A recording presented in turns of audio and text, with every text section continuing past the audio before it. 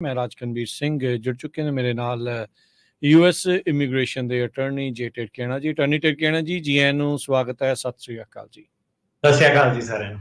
ਸਾਡੇ ਅੱਜ ਦੇ ਇਸ ਪ੍ਰੋਗਰਾਮ ਨੂੰ ਸਪਾਂਸਰ ਕਰਦੇ ਨੇ ਖਾਲਸਾ ਇੰਸ਼ੋਰੈਂਸ ਏਜੰਸੀ, ਜਿਨ੍ਹਾਂ ਦੇ ਕੋਲੋਂ ਹਰ ਇੱਕ ਤਰੀਕੇ ਦੀ ਇੰਸ਼ੋਰੈਂਸ ਕਰਵਾ ਸਕਦੇ ਹੋ। ਇਸ ਮੌਕੇ ਕੈਲੀਫੋਰਨੀਆ ਦੇ ਵਿੱਚ ਕਵਰਡ ਕੈਲੀਫੋਰਨੀਆ ਦੇ ਤਹਿਤ ਹੈਲਥ ਇੰਸ਼ੋਰੈਂਸ ਕਰਵਾਉਣ ਦੇ ਲਈ, ਉਹਨਾਂ ਪਲਾਨਸ ਦੇ ਵਿੱਚ ਚੇਂਜਸ ਕਰਵਾਉਣ ਦੇ ਲਈ ਤੁਸੀਂ ਇਹਨਾਂ ਦੇ ਨਾਲ ਸੰਪਰਕ ਕਰ ਸਕਦੇ ਹੋ। ਮੈਡੀਕੇਅਰ ਦੇ ਲਈ ਅਪਲਾਈ ਕਰਨਾ ਹੋਵੇ, ਚੱਲ ਰਹੇ ਮੈਡੀਕੇਅਰ ਦੇ ਵਿੱਚ ਚੇਂਜਸ ਕਰਵਾਉਣੀਆਂ ਆ, ਉਸ ਦੇ ਲਈ ਵੀ ਸੰਪਰਕ ਕਰ ਸਕਦੇ ਹੋ। ਵਿਜ਼ਟਰ ਇੰਸ਼ੋਰੈਂਸ ਲਾਈਫ ਇੰਸ਼ੋਰੈਂਸ ਦੇ ਲਈ ਕਾਲ 4082722500 408-272-2500 ਦੇ ਉੱਤੇ। ਟਿਰਕੇਣਾ ਇਮੀਗ੍ਰੇਸ਼ਨ ਲਾ ਫਰਮ, ਯੂਐਸ ਇਮੀਗ੍ਰੇਸ਼ਨ ਦਾ ਹੋਵੇ ਕਿਸੇ ਵੀ ਤਰੀਕੇ ਦਾ ਕੰਮ, ਕਾਲ ਅਟਰਨੀ ਜੇ ਟਿਰਕੇਣਾ 4159090503। ਇਹਨਾਂ ਸਾਰਿਆਂ ਦਾ ਅਸੀਂ ਧੰਨਵਾਦ ਕਰਦੇ ਹਾਂ। ਜੇ ਤੁਸੀਂ ਵੀ ਇਸ ਪ੍ਰੋਗਰਾਮ ਨੂੰ ਸਪਾਂਸਰ ਕਰਨਾ ਚਾਹੁੰਦੇ ਹੋ, ਸੰਪਰਕ ਕਰ ਸਕਦੇ ਹੋ 408-722-7698 ਦੇ ਉੱਤੇ। ਅਤੇ ਅਟਰਨੀ ਟਿਰਕੇਣਾ ਜੀ, ਸਭ ਤੋਂ ਪਹਿਲਾਂ ਤਾਂ ਵਧਾਈਆਂ ਵੀ ਤੁਸੀਂ ਨਵੇਂ ਆਫਿਸ ਤੋਂ ਅੱਜ ਪਹਿਲੀ ਵਾਰੀ ਜਿਹੜਾ ਆ ਉਹ ਸ਼ੋਅ ਕਰ ਰਹੇ ਆ। ਸੋ ਜੀ ਆਇਆਂ ਨੂੰ ਤੁਹਾਨੂੰ ਤੁਹਾਡੇ ਜਿਹੜੇ ਆ ਆਫਿਸ ਦੇ ਵਿੱਚ। ਕਿੱਦਾਂ ਲੱਗ ਰਿਹਾ, ਕਿੱਦਾਂ ਮਹਿਸੂਸ ਹੋ ਰਿਹਾ ਹੈ? ਬਹੁਤ ਵਧੀਆ ਜੀ। ਥੋੜਾ ਤੁਹਾਨੂੰ ਪਤਾ ਹੀ ਆ ਕਿ ਐਂਡ ਮੂਮੈਂਟ ਤੱਕ ਕੰਮ ਜਿਹੜੇ ਆਫਿਸ ਦੇ ਮੁੱਕਦੇ ਨਹੀਂ, ਆਪਣੇ ਵੀ ਮੁੱਕੇ ਨਹੀਂ ਆ। ਤੇ ਕੁਛ ਨਾ ਕੁਛ ਇਲੈਕਟ੍ਰਿਕ ਦਾ, ਕੁਛ ਨਾ ਕੁਛ ਜਿਹੜਾ ਹਲਕਾ ਮੋਟਾ ਸੀਗਾ, ਪਰ ਆਪਣੀ ਉਧਰ ਡੈਡਲਾਈਨ ਸੀਗੀ।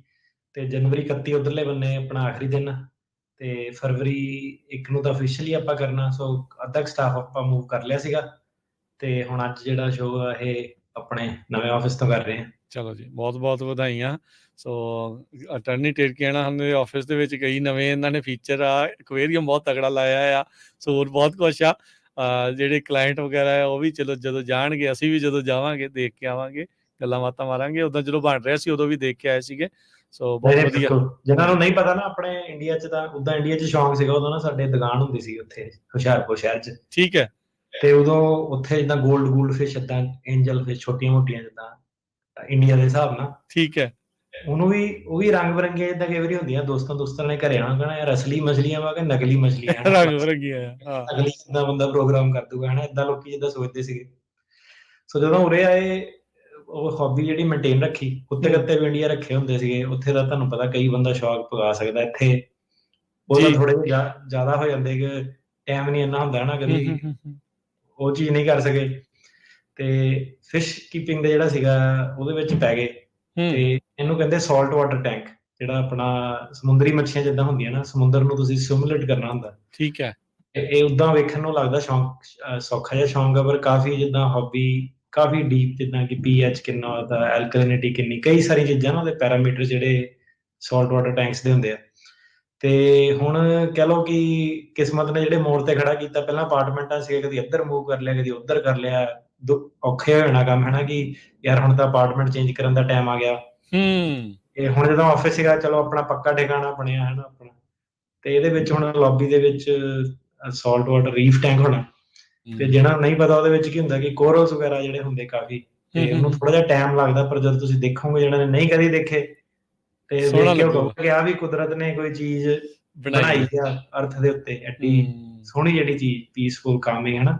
ਸਟ੍ਰੈਸਫੁਲ এনवायरमेंट ਆਪਣਾ ਕੇਸਾਂ ਕੁਸਾਂ ਤੋਂ ਪਹਿਲਾਂ ਹੁੰਦਾ। ਸੋ ਇੱਕ ਸੀਗਾ ਕਿ ਆਪਣਾ ਵੀ ਕਿ ਕੰਮਕਾਰ ਤਾਂ ਚੱਲੀ ਜਾਂਦੇ ਬਿਜ਼ੀ, ਹੈ ਨਾ। ਹੁਣ ਵੀ ਦੇਖੋ ਆਫਿਸ 'ਚ ਹੀ ਆ, ਤੇ ਤਾਂ ਕਰਕੇ ਸੀਗਾ ਕਿ ਚੱਲ ਇਹਨੂੰ ਪਾਈਏ। ਤੇ ਇੱਕ ਆਪਣੀ ਹੌਬੀ ਹੈ, ਇੱਕ ਜਨਤਾ ਨੂੰ ਪਤਾ ਲੱਗੂਗੀ ਆ ਵੀ ਨਵੀਂ ਚੀਜ਼ ਹੁੰਦੇ ਆ। ਬਿਲਕੁਲ। ਚਲੋ ਵਧੀਆ। ਸੋ ਵਧੀਆ ਤੇ ਸ਼ੁਭ ਛਾਵਾਂ ਨੇ, ਪ੍ਰਮਾਤਮਾ ਮਿਹਰ ਰੱਖੇ। ਤੇ ਬਸ ਇਦਾਂ ਹੀ ਦਿਨ ਦੁਗਣੀ ਰਾਤ ਚੌਗਣੀ ਤੁਸੀਂ ਜਿਹੜੀ ਤਰੱਕੀ ਕਰਦੇ ਰਹੋ। ਤੇ ਅਟਰਨੀ ਟਿਰਕੇਣਾ ਜੀ, ਆਪਾਂ ਨੂੰ ਪਤਾ ਹੀ ਆ ਕਾਫੀ ਮਾਹੌਲ ਗਰਮਾਇਆ ਹੋਇਆ ਆ। ਫੈਡਰਲ ਤੇ ਜਿਹੜਾ ਟੈਕਸਸ ਦਾ ਆਪਸ ਦੇ ਵਿੱਚ ਸਿੰਘ ਬੜੇ ਫਸੇ ਆ। ਉਹ ਕਹਿੰਦੇ ਕੰਢੇ ਲਾ ਦਿਓ, ਤਾਰਾਂ ਲਾ ਦਿਓ। ਜਿਹੜਾ ਉੱਥੇ ਵਾਲੇ ਆ ਗ੍ਰੈਗ ਐਬਟ ਆ, ਉਹ ਕਹਿੰਦੇ ਵੀ ਅਸੀਂ ਨਹੀਂ ਲਾਉਣੇ, ਸਾਡਾ ਸੰਵਿਧਾਨ ਕਹਿੰਦਾ ਵੀ ਅਸੀਂ ਟੈਕਸਸ ਦੀ ਰਾਖੀ ਕਰਨੀ ਆ। ਸੋ ਇਹ ਬੇਸਿਕਲੀ ਇੱਕ ਕਹਿ ਲਓ ਵੀ ਬੈਂਚਮਾਰਕ ਜਿਹਾ ਬਣ ਗਿਆ ਵੀ ਇਸ ਸਾਲ ਦੀਆਂ ਆ ਰਹੀਆਂ ਇਲੈਕਸ਼ਨਸ ਦੇ ਵਿੱਚ ਇਦਾਂ ਹੀ ਇਹ ਚਾਰਜਡ ਇਸ਼ੂ ਰਹਿਣ ਵਾਲਾ ਇਮੀਗ੍ਰੇਸ਼ਨ ਦਾ। ਹਾਂਜੀ ਭਾਜੀ, ਇਮੀਗ੍ਰੇਸ਼ਨ ਦਾ ਹਮੇਸ਼ਾ ਜਿਹੜਾ ਇਸ਼ੂ ਉਹ ਰਹਿੰਦਾ ਹੀ ਆ, ਸੈਂਟਰ ਪੁਆਇੰਟ ਆ। ਤੇ ਹੁਣ ਜਿਹੜੇ ਟਰੰਪ ਹੋਣੀ ਜੇ ਆਉਂਦੇ ਆ, ਉਹਨਾਂ ਦਾ ਤਾਂ ਸਿੱਧਾ ਹੀ ਆ ਕਿ ਬਾਰਡਰ ਬੰਦ ਕਰਨਾ ਰਿਪਬਲਿਕਨਸ ਨੇ। ਬਹੁਤ ਦਾ ਹੁਣ ਏਦਾਂ ਕਿ ਹਰੇਕ ਜਿਹੜਾ ਇਮੀਗ੍ਰੈਂਟ ਆ ਉਹ ਇਸ ਇਰਾਦੇ ਨਾਲ ਨਹੀਂ ਆਉਂਦਾ ਕਿ ਉਹਨੇ ਕੰਮ ਮਿਹਨਤ ਕਰਨੀ ਆ। ਵਿੱਚ ਡਰਗ ਡੀਲਰ, ਆਪਣੇ ਹਿਊਮਨ ਸਮਗਲਿੰਗ, ਕਈ ਤਰ੍ਹਾਂ ਦਾ ਜਿਹੜਾ ਬੰਦਾ ਉਹ ਆ ਜਾਂਦਾ ਹੈ ਨਾ। ਸੋ ਕੰਸਰਨ ਜਿਹੜਾ ਜੈਨੂਇਨ ਵੀ ਹੈ। ਤੇ ਆਪਣੇ ਜਿੱਦਾਂ ਹੁਣ ਸੈਨ ਹੋਜ਼ੇ ਆ ਜਾਂ ਕੋਈ ਆਸ-ਪਾਸ ਏਰੀਆ, ਹਰੇਕ ਬੰਦੇ ਨੂੰ ਆਪਣੀ ਸੇਫਟੀ ਸਿਕਿਉਰਿਟੀ ਦਾ ਵੀ ਕੰਸਰਨ ਹੁਣ ਹੈਗਾ ਕਿ ਕਿਹੜੇ ਬੰਦੇ ਆ ਰਹੇ ਆ, ਕਿ ਡਰੱਗ ਰਾਊਟ ਵੀ ਬਹੁਤ ਜ਼ਿਆਦਾ ਜਿਹੜੇ ਅਮਰੀਕਨ ਨੂੰ ਆਉਂਦੇ ਹਨਾ, ਉੱਥੋਂ ਦੀ ਕਈ ਤਰ੍ਹਾਂ ਦੇ ਬੰਦੇ ਜਿਹੜੇ, ਅੱਜ ਜਿਹੜੀ ਖਬਰ ਮੈਂ ਦੇਖਦਾ ਸੀਗਾ ਜੀ, ਉਹਨੇ 10,000 ਪਤਾ ਨਹੀਂ ਕਿੰਨੇ ਰਾਉਂਡ ਐਮੂਨੀਸ਼ਨ ਦੇ, ਉਹਨਾਂ ਨੇ 3 ਭਰਾ ਜਿਹੜੇ ਸੀਗੇ ਡਰੱਗ ਲੈ ਕੇ ਆ ਰਹੇ ਸੀਗੇ, ਉਹਨਾਂ ਤੋਂ ਫੜੇ। 10,000 ਉਹਦੇ ਕਿੰਨੇ ਏਦਾਂ ਕੁਛ ਸੀਗਾ, 7 ਜਾਂ 10,000 ਰਾਉਂਡ ਸੀਗੇ ਐਮੂਨੀਸ਼ਨ ਦੇ। ਹੂੰ। ਮਤਲਬ ਫਿਰ ਤਿਆਰੀ ਹੈ ਨਾ ਉਹਨਾਂ ਦੀ ਪੂਰੀ, ਕਿ ਜੇ ਕੱਲ ਨੂੰ ਲੰਡੂ ਆਫਿਸਰ ਜੇ ਕੋਈ ਛੋਟਾ ਮੋਟਾ ਫੜ ਲਵੇ ਉਹਨਾਂ ਨੂੰ ਮੈਕਸੀਕੋ ਦਾ, ਉਹਨੂੰ ਤਾਂ ਉਹਨਾਂ ਨੇ ਠੋਕਣਾ ਹੀ ਆ। ਤਾਂ ਗੱਲ ਫਿਰ ਇਹ ਹੈ ਕਿ ਜੇ ਆ ਕੇ ਪੂਰੇ ਕੋਈ ਟ੍ਰੈਫਿਕ ਸਟਾਪ ਵਾਲਾ ਬੰਦਾ ਉਹਨਾਂ ਨੂੰ ਘੇਰ ਲਵੇ, ਪੁਲਿਸ ਆਫਿਸਰ ਉੱਦਾਂ ਕਰ ਲਵੇ, ਤੇ ਉਹਨਾਂ ਨੇ ਹੁਣ ਜਿਹੜੀਆਂ ਡਰੱਗਾਂ ਉਹਦੇ ਚੱਕਰ 'ਚ ਉਹਨਾਂ ਨੇ ਧਿਆਇਆ ਹੀ ਹੋਇਆ ਕਿ ਹਨਾ ਕਤਲੇਆਮ ਕਰਨਾ ਵਾ।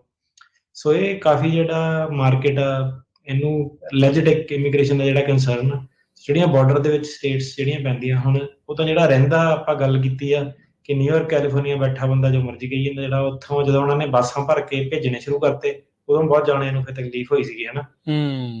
ਗੱਲ ਕਰੀਏ ਕਿ ਦੂਰੋਂ ਤਾਂ ਸਾਰੇ ਹੀ ਕਹਿੰਦੇ ਏਦਾਂ ਕਰੋ ਉਦਾਂ ਕਰੋ, ਤੇ ਹੁਣ ਜਦੋਂ ਕਿਸੇ ਦੇ ਘਰ ਦੇ ਮੂਹਰੇ ਆ ਕੇ ਜਦੋਂ ਮੇਲਾ ਲੱਗਦਾ ਫੇਰ ਪ੍ਰੋਬਲਮ ਹੁੰਦੀ ਹੈ ਜਿਹੜੀ। ਸੋ ਇੱਕ ਆ ਕਿ ਵਧੀਆ ਮੁਲਕ ਆ, ਵਧੀਆ ਰੂਲ ਆ, ਪਰ ਇੱਕ ਇਨਫਰਾਸਟ੍ਰਕਚਰ ਜਿਹੜਾ ਹੈਗਾ ਉਹ ਉਨੀ ਕੁ ਚੀਜ਼ ਨੂੰ ਸਪੋਰਟ ਕਰ ਸਕਦਾ। ਜਦੋਂ ਇਨਫਰਾਸਟ੍ਰਕਚਰ ਲੋੜ ਨਾਲੋਂ ਵੱਧ ਹੋ ਜਾਵੇ, ਜੌਬਸ ਦੇ ਵਿੱਚ ਵੀ ਹੁਣ ਪ੍ਰੋਬਲਮ ਆ ਰਹੀ ਹੈ, ਫਿਰ ਮਾਰਕੀਟ ਦੇ ਵਿੱਚ ਰੇਟ ਵੀ ਘੱਟ ਹੁੰਦਾ ਹਨਾ। ਸੋ ਬੈਲੈਂਸ ਜਿਹੜਾ ਉਹ ਜਿਹੜੀ ਜਨਤਾ, ਫਿਰ ਉਹ ਇਮੀਗ੍ਰੇਸ਼ਨ ਦਾ ਮੁੱਦਾ ਹੁਣ ਤਾਂ ਬਾਈਡਨ ਵੀ ਰੋਕ ਰਿਹਾ ਵਾ। ਇਸ ਹਿਸਾਬ ਨਾਲ ਜਿਹੜਾ ਇਹ ਹੁਣ ਜਨਤਾ ਹੀ ਫੈਸਲਾ ਕਰੂਗੀ ਕਿ ਇਮੀਗ੍ਰੇਸ਼ਨ ਨੂੰ ਰੋਕਣਾ ਕਿ ਨਹੀਂ ਰੋਕਣਾ। ਜ਼ਿਆਦਾ ਜਿਹੜਾ ਸੈਂਟੀਮੈਂਟ ਇਸ ਵੇਲੇ ਉਹ ਹੈਗਾ ਇਮੀਗ੍ਰੇਸ਼ਨ ਨੂੰ ਰੋਕਣ ਦਾ, ਤੇ ਟੈਕਸਸ ਵਾਲਾ ਜਿਹੜਾ ਉਹ ਕਿ ਸਟੇਟ ਨੂੰ ਹੱਕ ਹੈਗਾ ਕਿ ਨਹੀਂ ਹੈਗਾ, ਉਹਦਾ ਮੁੱਦਾ। ਬਿਲਕੁਲ। ਜੌਨ ਫੈਟਰਮੈਨ ਨਾ ਨਵਾਂ ਸੈਨੇਟਰ ਜਿਹੜੇ ਡੈਮੋਕ੍ਰੇਟ ਪਾਰਟੀ ਵੱਲੋਂ ਜਿਹੜੇ ਉਹ ਬਣੇ ਸੀਗੇ, ਉਹਨੇ ਵੀ ਇਹੀ ਗੱਲ ਜਿਹੜੀ ਉਹ ਆਖੀ ਸੀ ਵੀ ਭਾਈ ਕਿੱਥੇ 30,000 ਨੇ ਆਉਣਾ, ਕਿੱਥੇ 3 ਲੱਖ ਨੇ ਆਉਣਾ, ਇਨਫਰਾਸਟ੍ਰਕਚਰ ਆਪਣਾ ਇਸ ਚੀਜ਼ ਨੂੰ ਤਿਆਰ ਨਹੀਂ ਆ। ਸੋ ਜਿਹੜਾ ਫਲੋ ਆ ਉਸ ਉੱਤੇ ਕੰਟਰੋਲ ਜਿਹੜਾ ਉਹ ਹੋਣਾ ਚਾਹੀਦਾ ਆ। ਆਪਾਂ ਰੀਸੈਂਟਲੀ ਖਬਰਾਂ ਜਿਹੜੀਆਂ ਇਹ ਸੁਣ ਰਹੇ ਆ, ਕੋਈ ਬਾਈ ਪਾਰਟੀਜ਼ਨ ਡੀਲ ਇਮੀਗ੍ਰੇਸ਼ਨ ਦੇ ਉੱਤੇ, ਕਿਉਂਕਿ ਯੂਕਰੇਨ ਨੂੰ ਇਜ਼ਰਾਈਲ ਨੂੰ ਡਾਲਰ ਘੱਲਣੇ ਆ, ਉਸ ਦੇ ਲਈ ਪ੍ਰੈਜ਼ੀਡੈਂਟ ਬਾਈਡਨ ਪੂਰੀ ਤਰ੍ਹਾਂ ਜਿਹੜੇ ਉਹ ਤਿਆਰ ਨੇ ਇਮੀਗ੍ਰੇਸ਼ਨ ਦੇ ਉੱਤੇ ਕੋਈ ਨਾ ਕੋਈ ਡੀਲ ਜਿਹੜੀ ਉਹ ਬਣਾਉਣ ਨੂੰ। ਗੱਲਬਾਤ ਜਿਹੜੀ ਆ ਪੂਰੀ ਜੰਗੀ ਪੱਧਰ ਦੇ ਉੱਤੇ ਉਹਨਾਂ ਦੀ ਆਪਸ 'ਚ ਚੱਲ ਰਹੀ ਆ, ਤੇ ਇਹ ਗੱਲਬਾਤ ਦਾ ਮਤਲਬ ਇਹੀ ਆ ਵੀ ਸਖਤੀ ਇਵੈਂਚੁਅਲੀ ਜਿਹੜੀ ਉਹ ਵਧਣੀ ਹੀ ਜਿਹੜੀ ਉਹ ਵਧਣ ਜਾ ਰਹੀ ਹੈਗੀ ਆ। ਤੇ ਟਰਨੀ ਟੇਕਿਆਣਾ ਜੀ, ਕੀ ਚੱਲ ਰਿਹਾ ਅੱਜ ਕੱਲ੍ਹ ਅਦਾਲਤਾਂ 'ਚ, ਕੀ ਰਵੱਈਏ ਨੇ ਜੱਜਾਂ ਦੇ ਕੇਸਾਂ ਦੇ ਵਿੱਚ, ਕੀ ਜਿਹੜਾ ਉਹ ਤਰਕ ਜਿਹੜੇ ਉਹ ਚੱਲ ਰਹੇ ਨੇ ਇਸ ਟਾਈਮ? ਇੱਕ ਕਾਫੀ ਇੰਟਰਸਟਿੰਗ ਸੀਗਾ, ਅੱਜ ਹੀ ਕੇਸ ਸੀਗਾ ਬੰਦੇ ਦਾ ਗ੍ਰਾਂਟ ਹੋਇਆ। ਠੀਕ ਹੈ। ਉਸ ਵਿੱਚ ਜਿਹੜੇ ਜੱਜ ਸਾਹਿਬ ਸੀਗੇ, ਉਹਨਾਂ ਕੋਲ ਪਹਿਲਾਂ ਹੀ ਜਿਹੜਾ ਸੀਗਾ ਨਾ, ਸਰਕਾਰੀ ਵਕੀਲ ਨੇ ਉਹਨਾਂ ਨੂੰ ਆਪਣੀ ਨੋਟਿਸ ਆਫ ਨੌਨ ਅਪੀਅਰੈਂਸ ਕਿ ਮੈਂ ਪੇਸ਼ ਨਹੀਂ ਹੋਣਾ ਹੈ ਮੁੰਡੇ ਦੇ ਕੇਸ ਦੇ ਵਿੱਚ। ਅੱਛਾ। ਸੋ ਕੇਸ ਤੋਂ ਪਹਿਲਾਂ ਹੀ ਉਹਨਾਂ ਨੇ ਜਿਹੜਾ ਉਹ ਪਾਤਾ ਸੀਗਾ। ਕੱਲ ਵੀ ਇੱਕ ਸਾਡਾ ਕੇਸ ਉਹਦੇ ਵਿੱਚ ਵੀ ਏਦਾਂ ਹੀ ਪਾਇਆ ਹੋਇਆ। ਸੋ ਅੱਜ ਵਾਲਾ ਜਿਹੜਾ ਪਾਸ ਹੋ ਗਿਆ ਮੁੰਡਾ, ਕਹਿੰਦਾ ਯਾਰ ਆਹ ਕੀ ਹਿਸਾਬ ਕਿਤਾਬ ਇਹਦਾ, ਕੀ ਬਣੂਗਾ? ਸੋ ਸਰਕਾਰੀ ਵਕੀਲ ਨੇ ਲਿਖਿਆ ਕਿ ਜੋ ਡਾਕੂਮੈਂਟ ਹੈਗੇ ਇਹਦੇ ਆਪਾਂ ਸਹਿਮਤ ਆ, ਤੇ ਆਪਾਂ ਇਹਦੇ ਹਿਸਾਬ ਨਾਲ ਕਨਕਲੂਡ ਕਰ ਲਿਆ ਕਿ ਇਹ ਸਾਡੇ ਟਾਈਮ ਦੇ ਵਰਥ ਨਹੀਂ ਹੈਗਾ। ਮੇਰੇ ਖਿਆਲ ਉਹਨਾਂ ਨੂੰ ਇਹ ਲੱਗਦਾ ਕਿ ਜਿਹੜਾ ਕੇਸ ਜਿੱਤਣਾ ਹੀ ਹੈ ਨਾ, ਸੋ ਵਕੀਲਾਂ ਦਾ ਵੀ ਡੀਲ ਡੂਲ ਕਰਕੇ ਉਹਨਾਂ ਨੂੰ ਤਜਰਬਾ ਹੋ ਜਾਂਦਾ ਕਿ ਕਿਹੜਾ ਜੱਜ ਆ, ਡਾਕੂਮੈਂਟ ਕਿੱਦਾਂ ਦੇ ਆ, ਤੇ ਉਹਨਾਂ ਨੇ ਬੇਸਿਕਲੀ ਲਿਖਤਾ ਕਿ ਆਪਾਂ ਇਹਦੇ ਉੱਤੇ ਆਪਣਾ ਟਾਈਮ ਖਰਾਬ ਨਹੀਂ ਕਰਨਾ ਚਾਹੁੰਦੇ। ਓਕੇ। ਜਿਹੜਾ ਤੁਸੀਂ ਕੇਸ ਨੂੰ ਆ, ਇਹ ਜੱਜ ਸਾਹਿਬ ਨੂੰ ਉਹਨਾਂ ਨੇ ਕਹਿਤਾ ਕਿ ਤੁਸੀਂ ਜੋ ਕਰਨਾ ਇਹਦਾ ਕਰ ਦਿਓ, ਜੇ ਤੁਸੀਂ ਇਹਨੂੰ ਪਾਸ ਕਰਦੇ ਆ ਤਾਂ ਆਪਾਂ ਇਹਨੂੰ ਅਪੀਲ ਨਹੀਂ ਕਰਾਂਗੇ। ਸੋ ਸਰਕਾਰੀ ਵਕੀਲ ਨੇ ਕਹਿ ਲਓ ਪਹਿਲਾਂ ਹੀ ਜਿਹੜੇ ਹਥਿਆਰ ਜਿਹੜੇ ਦਾਗ ਤੇ। ਤਾਂ ਨਹੀਂ ਤਾਂ ਅੱਜ ਤੱਕ ਏਦਾਂ ਹੁੰਦਾ ਸੀਗਾ ਕਿ ਪੀਡੀ ਮੰਗਦੇ ਸੀਗੇ ਉਹ, ਤਾਂ ਪੀਡੀ ਦੇ ਵਿੱਚ ਕਈ ਵਾਰੀ ਕੋਰਟ ਜਾਣਾ ਪਿਆ, ਪੀਡੀ ਵੀ ਨਹੀਂ ਮੰਗੀ। ਉਹਨੇ ਕਿਹਾ ਕਿ ਨਹੀਂ, ਆਹ ਵਾਲਾ ਜਿਹੜਾ ਕੇਸ ਹੈ ਨਾ ਆਪਾਂ ਲੜਨਾ ਨਹੀਂ। ਤੇ ਉਹਦੇ ਵਿੱਚ ਫਾਇਦਾ ਇਹ ਸੀਗਾ ਕਿ ਫਿਰ ਮੁੰਡੇ ਨੂੰ ਸਰਕਾਰੀ ਵਕੀਲ ਨਹੀਂ ਟੱਕਰਿਆ, ਤੇ ਉਮੀਦ ਸਾਨੂੰ ਇਹ ਸੀ, ਮੈਂ ਕਿਹਾ ਚੱਲ ਸ਼ਾਇਦ ਇਹ ਸਿੱਧਾ ਹੀ ਨਿਪਟਾਰਾ, ਜੋ ਕਈ ਵਾਰੀ ਜੱਜ ਕਹਿੰਦੇ ਫਿਰ ਮੈਂ ਵੀ ਨਹੀਂ ਪੁੱਛਣਾ। ਤੇ ਜੱਜ ਸਾਹਿਬ ਸੀਗੇ, ਉਹਨਾਂ ਨੇ ਚੰਗੇ ਸਵਾਲ ਜਵਾਬ ਜਿਹੜੇ ਮੁੰਡੇ ਤੋਂ ਕੀਤੇ ਆ। ਇਹ ਤਰੀਕ ਤਾਂ ਉਹਦੀ ਪੂਰੀ ਲਗਾਈ, ਪਰ ਸਰਕਾਰੀ ਵਕੀਲ ਨਹੀਂ ਜਿਹੜਾ ਸੀਗਾ, ਸੋ ਜੱਜ ਸਾਹਿਬ ਨੂੰ ਖੁੱਲਾ ਜਿਹੜਾ ਟਾਈਮ ਮਿਲ ਗਿਆ, ਤੇ ਉਹਨਾਂ ਨੇ ਆਪਣੇ ਹਿਸਾਬ ਨਾਲ ਏਦਾਂ ਨਹੀਂ ਕਿ ਮੈਨੂੰ ਤੂੰ ਕੱਲੇ ਇੰਸੀਡੈਂਟ ਦਾ ਦੱਸ ਜਾਂ ਸੀਕੁਐਂਸ 'ਚ ਦੱਸ। ਉਹਨਾਂ ਨੇ ਤਾਂ ਜਨਰਲ ਕਹਿੰਦਾ ਜੋ ਵੀ ਤੇਰੇ ਨਾਲ ਹੋਇਆ ਉਹਦੇ ਵਿੱਚ ਸਭ ਤੋਂ ਤੇਰੇ ਹਿਸਾਬ ਨਾਲ ਸਭ ਤੋਂ ਮਾੜਾ ਜਿੱਦਾਂ ਕੀ ਹੈ ਹਨਾ। ਅੱਛਾ। ਉਹ ਏਦਾਂ ਜਿੱਦਾਂ ਜੱਜ ਸਾਹਿਬ ਟੋਲਦੇ ਸੀਗੇ ਉਹਨੂੰ ਕਿ ਇਹ ਵਾਕਈ ਬੰਦਾ ਇਮੋਸ਼ਨਲ ਆ, ਕਿ ਕਈ ਵਾਰੀ ਜਿੱਦਾਂ ਹੁੰਦਾ ਨਾ ਕਿ ਜੇ ਕਿਸੇ ਦਾ ਫ੍ਰੀਵਲਸ ਫਾਈਲਿੰਗ ਹੋਵੇ, ਉਹ ਰੱਟਾ ਜਿਹਾ ਕਈ ਵਾਰੀ ਲੋਕਾਂ ਨੇ ਲਾਇਆ ਹੁੰਦਾ, ਤੇ ਉਹਦੇ ਇਹਦੇ ਕੋਲ ਜਿਹੜੇ ਜਨਰਲ ਸਵਾਲ ਜਿੱਦਾਂ ਕਿਸੇ ਕੋਲ ਪੁੱਛਿਆ ਜਾਵੇ ਕਿ ਇਹ ਨਹੀਂ ਕਿ ਪਹਿਲੇ ਵਾਲੇ 'ਚ ਦੱਸ ਕੀ ਹੋਇਆ, ਦੂਜੇ ਵਾਲੇ 'ਚ ਦੱਸ ਕੀ ਹੋਇਆ, ਕਿ ਇਨ ਜਨਰਲ ਕਿ ਜੋ ਵੀ ਤੇਰੇ ਨਾਲ ਹੋਇਆ ਵਾ ਹੁਣ ਤੱਕ, ਤੇਰੇ ਘਰ ਦੇ ਨਾਲ ਕਿਸੇ ਨਾਲ ਵੀ ਕੁਛ ਹੋਇਆ ਵਾ, ਤੈਨੂੰ ਸਭ ਤੋਂ ਜਿਹੜੀ ਮਾੜੀ ਚੀਜ਼ ਉਹ ਕੀ ਲੱਗੀ ਤਾਂ ਦੱਸੂਗਾ ਏਦਾਂ। ਉਹਨੇ ਕਹਿਣਾ ਫਿਰ ਆਹ ਕਿਉਂ ਮਾੜੀ ਲੱਗੀ ਤੈਨੂੰ, ਸਭ ਤੋਂ ਕੀ ਜਿਹੜੀ ਇਹ ਗੱਲ ਹੋਈ ਕਿ ਤੈਨੂੰ ਆਹ ਜਿਹੜੀ ਮਾੜੀ ਲੱਗੀ ਚੀਜ਼ ਹੈ ਨਾ। ਸੋ ਏਦਾਂ ਦੀ ਜਿਹੜੀ ਹੀਅਰਿੰਗ ਅੱਜ ਸੀਗੀ, ਅਲੱਗ ਹੀ ਪੇਸ਼ਕਸ਼ ਸੀਗੀ। ਤੇ ਸਰਕਾਰੀ ਤੁਹਾਡੇ ਲਈ ਇਹ ਪਹਿਲਾ ਇਦਾਂ ਦਾ ਐਕਸਪੀਰੀਅੰਸ ਸੀਗਾ ਜਾਂ ਪਹਿਲਾਂ ਵੀ ਇਦਾਂ ਹੋ ਚੁੱਕਾ ਸੀ ਕਦੀ? ਸਾਡੇ ਪਹਿਲਾਂ ਇਦਾਂ ਦੇ ਕੇਸ ਜਿਹੜੇ ਸੀਗੇ ਉਹ ਸੀਗੇ ਕਿ ਕਈ ਵਾਰੀ ਇਦਾਂ ਸੀਗਾ ਕਿ ਸਰਕਾਰੀ ਵਕੀਲ ਨੇ ਕਹਿਤਾ ਸੀ ਕਿ ਮੇਰੇ ਵੱਲੋਂ ਕੋਈ ਪ੍ਰੋਬਲਮ ਨਹੀਂ ਹੋਣੀ ਤੇ ਮੈਂ ਕੋਈ ਸਵਾਲ ਨਹੀਂ ਪੁੱਛਣਾ, ਜਾਂ ਕਈ ਵਾਰੀ ਇਦਾਂ ਹੈ ਕਿ ਸਰਕਾਰੀ ਵਕੀਲ ਨੇ ਕੁਝ ਪੁੱਛਿਆ ਨਹੀਂ, ਜੱਜ ਨੇ ਵੀ ਕੁਝ ਪੁੱਛਿਆ ਨਹੀਂ, ਕੇਸ ਸਿੱਧੇ ਜਿਹੜੇ ਪਾਸ ਹੋ ਗਏ। ਪਰ ਜਿਹੜਾ ਇਦਾਂ ਸੀਗਾ ਕਿ ਪਹਿਲਾਂ ਹੀ ਇੱਕ ਸਰਕਾਰੀ ਵਕੀਲ ਜਿੱਥੇ ਸਹਿਮਤ ਨਹੀਂ ਹੈਗਾ ਆਪਣੇ ਨਾਲ, ਪਰ ਪਹਿਲਾਂ ਹੀ ਉਹਨੇ ਕਿਹਾ ਕਿ ਆਪਣੇ ਹਥਿਆਰ ਜਿਹੜੇ ਸੁੱਟ ਤੇ ਕਹਿ ਲਓ ਕਾਈਂਡ ਆਫ, ਉਹ ਹੁਣ ਅੱਜ ਜਿਹੜਾ ਪਹਿਲਾ ਕੇਸ ਸੀਗਾ ਉਦਾਂ ਦਾ, ਤੇ ਕੱਲ ਵੀ ਇੱਕ ਜਿਹੜਾ ਕੇਸ ਉਹ ਹੈਗਾ, ਤੇ ਕੱਲ ਵਾਲੇ 'ਚ ਤਾਂ ਉਹੀ ਆ ਕਿ ਅੱਗੋਂ ਜੱਜ ਸਾਹਿਬ ਦੀ ਵੀ ਰੇਟਿੰਗ ਵਧੀਆ ਵਾ, ਤੇ ਫਿਰ ਹੁਣ ਬੰਦੇ ਤੇ ਹੀ ਆ ਕਿ ਜੇ ਬੇਸਿਕ ਜੱਜ ਸਾਹਿਬ ਨੇ ਸਵਾਲ ਪੁੱਛਣੇ ਆ ਕਿ ਨਹੀਂ ਪੁੱਛਣੇ, ਉਹਦੇ ਬੇਸ ਤੇ ਫੈਸਲਾ ਜਿਹੜਾ ਹੋਊਗਾ। ਇਹ ਕਿੰਨਾ ਚਿਰ ਚੱਲੀ ਫਿਰ ਇਹ, ਜਦੋਂ ਵਕੀਲ ਸਰਕਾਰੀ ਵਕੀਲ ਨਹੀਂ ਸੀਗਾ, ਆਪਣੀ ਤੈਅਸ਼ੁਦਾ ਸਮੇਂ ਦੇ ਉੱਤੇ ਓਨਾ ਹੀ ਚੱਲੀ, ਲੰਬੀ ਚੱਲੀ, ਘੱਟ ਰਹੀ, ਕਿੱਦਾਂ ਰਿਹਾ ਓਵਰਆਲ? 10:30 ਵਜੇ ਸੀਗੀ ਹੀਅਰਿੰਗ, 10:30 ਵਜੇ ਸ਼ੁਰੂ ਹੋਈ, ਪਹਿਲਾਂ ਕਿਸੇ ਦਾ ਕੇਸ ਚੱਲਦਾ ਸੀਗਾ। ਜੇ ਤਾਂ ਆਪਣਾ ਤਰੀਕ ਫੁੱਲ ਚੱਲਦੀ ਫਿਰ ਤਾਂ ਬੰਦੇ ਦੀ ਕਵਰ ਵੀ ਨਹੀਂ ਕਰ ਹੋਣੀ ਸੀ, ਕਿਉਂਕਿ 12 ਵਜੇ ਕੋਰਟ ਬੰਦ ਹੋ ਜਾਂਦੀ ਆ ਲੰਚ ਬ੍ਰੇਕ ਲਈ, ਤੇ 1.5 ਘੰਟੇ ਜਿਹੜੀ ਪੂਰੀ ਚੱਲੀ। ਤੇ ਉਦੋਂ ਜਿਹੜਾ ਸੀਗਾ, ਮੈਂ ਤਾਂ ਉਮੀਦ ਇਹੀ ਕਰਦਾ ਕਿ ਯਾਰ ਜੱਜ ਸਾਹਿਬ ਸਰਕਾਰੀ ਵਕੀਲ ਨੇ ਪਹਿਲਾਂ ਹੀ ਹਥਿਆਰ ਸੁੱਟਦੇ ਆ, ਸਾਨੂੰ ਵੀ ਥੋੜਾ ਕਾਫੀ ਪੀਣ ਦਾ ਮੌਕਾ ਦਿਓ, ਕੇਸ ਨੂੰ ਜਲਦੀ ਨਿਪਟਾ ਦੇਣਗੇ।